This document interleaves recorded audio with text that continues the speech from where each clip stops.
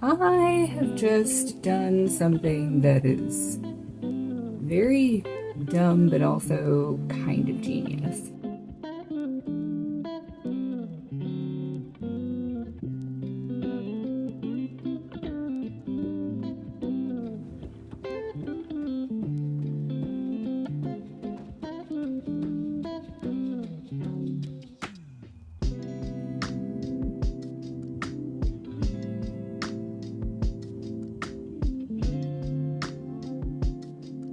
Hey everyone, Randy here. Welcome to the Darq Project, which is all about writing art and rediscovering my creative spark as a working single mom. And I have just done something that is very dumb but also kind of genius. I have gone back to the beginning of the book that I was calling Love Like Cyanide, which will now be called Project Idol, because I've decided I'm going to change the title, but I don't know to what quite yet. And I am rewriting it word by word from the beginning. I am keeping a lot of the original content, but there are things that needed to be tweaked and changed, and I'm tweaking and changing them now, because the idea of waiting until I get to the end of the draft and then having to go back and do it all over again, no thank you. So right now I am in the middle of chapter 7.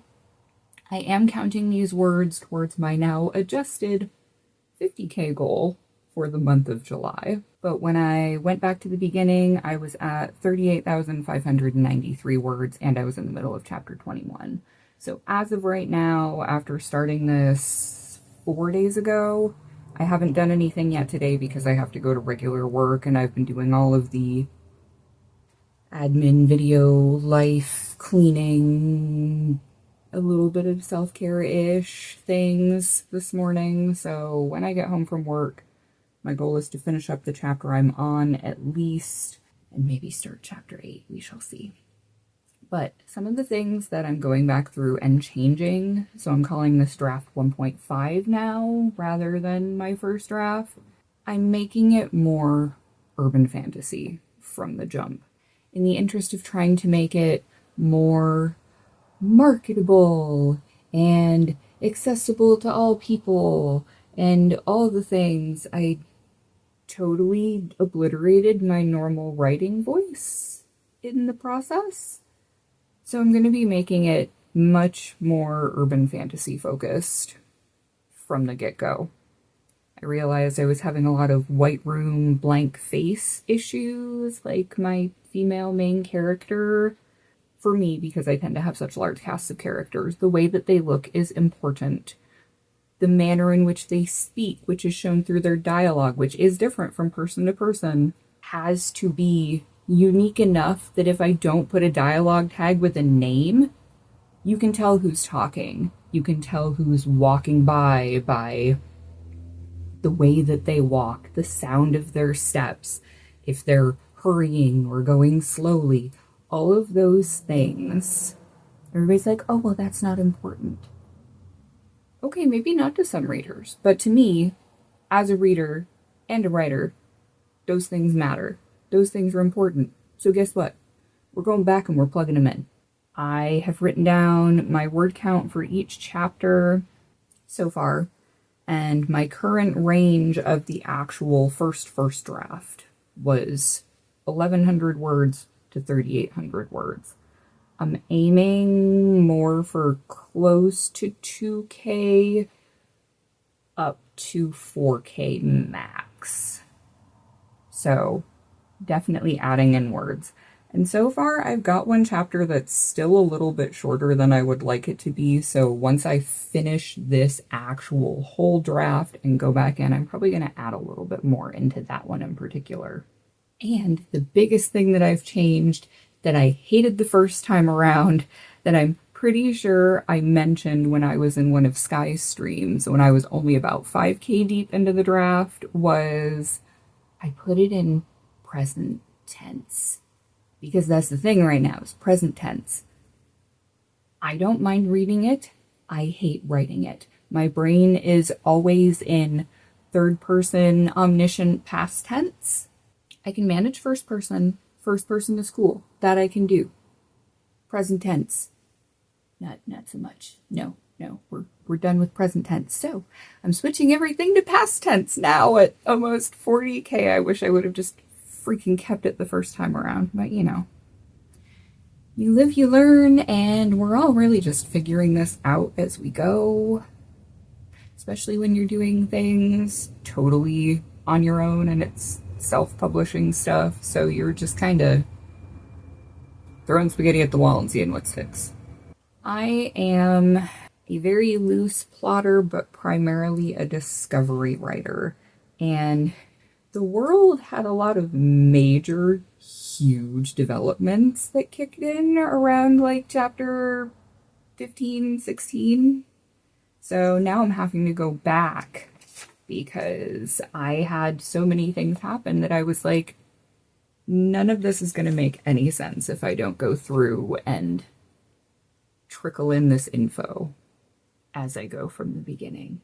It's just very sudden and very jarring in a way that even me as a more chaotic reader, I guess is a nice way to put it, I can roll with some pretty fast, action-packed, twisty-turny type of books. I don't need a lot of slow burn, lead-up things. But a lot of this stuff makes it feel like it's two totally different books that I just kind of super glued their butts together and said, here we go. This is the thing. And I don't know. We need cohesion.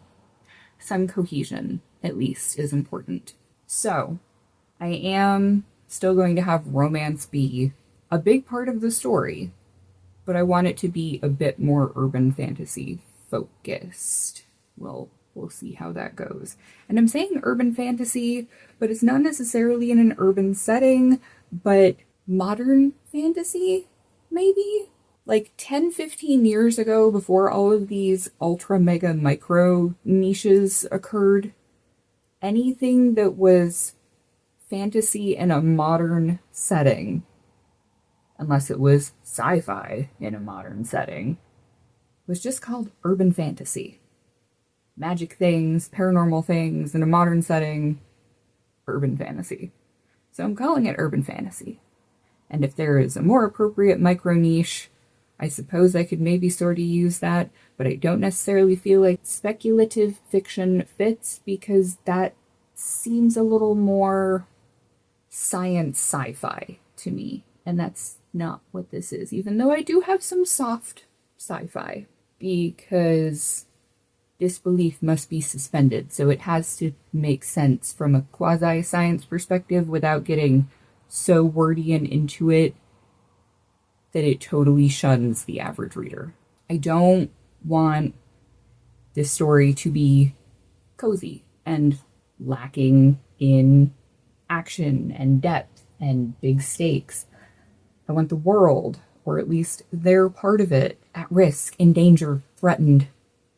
I want them to ultimately save it, because our world, our actual world, is on fire right now in so many places, and there's only so much we can actually do about it. I understand that a lot of people read cozy to escape from the fact that our world is on fire, but I would rather read about heroes stepping in to save the day and make at least their corner of their shitty little world less shitty. That is the goal. That is what I like to read. It doesn't necessarily have to be, we're going to save the entire world, but there's going to at least be some mid-level micro-macrocosm threats and things going on. So that's where I'm at with that. Right now, halfway through chapter 7, I am at 15-ish K words revised. I haven't looked to see the difference between them yet, but I can tell you just from a quick glance and guesstimation math that there's, let's see, 5, 4, so that's 9, there's 1,000, 13, 3, 16, and 2, so 6 chapters into it, I've got about 2K words added to my total already. So yeah, it needed some doing. So I went through and just made a little chart so I can see how much I've added back in. And then when I go through and do my line edit pass and then one more revision, which I'm mostly going to be doing in August because I do want to publish this in September, it'll be interesting to see how much more gets added in or subtracted from those totals. So that is it from me for this little video. You will probably see a few other ones before this goes up because everything in life's in flux, and oh my god, there's so many things coming up over the next few months. I'm good stressed, but I'm also a little bit overwhelmed with how much stuff's going to be happening. So we'll see how it goes. So on that note, you've made it this far. Thank you very much for watching. Don't forget to like, share, comment, and subscribe. Take care of yourselves and each other. Drink your water. Don't forget that we are all just works in progress, and I will catch you Darklings in the next one. Bye, guys.